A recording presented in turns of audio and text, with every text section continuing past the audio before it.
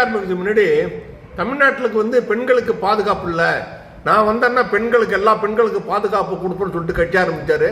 நேற்று கூட அதுதான் வந்து பேசியிருக்காரு, பெண்களுக்கு பாதுகாப்பாக இருக்கணுமா, வந்து இந்த பாதுகாப்பு இல்லாத சூழ்நிலைக்கு திமுக தான் காரணம், நான் வந்தேன்னா பாதுகாப்பு கொடுத்துருன்னு சொல்லிட்டு பேசினாரு.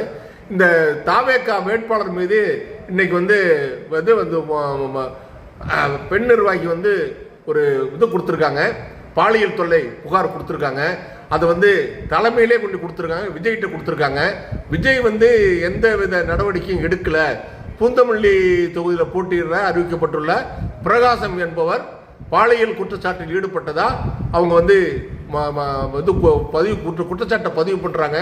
6 மாதத்துக்கு முன்னாடியே தலைமையிடம் புகார் அடிச்சுட்டதாகவும் நடவடிக்கை இல்லைன்னதாகவும் சொல்கிறாங்க. இப்படியாப்பட்ட ஒரு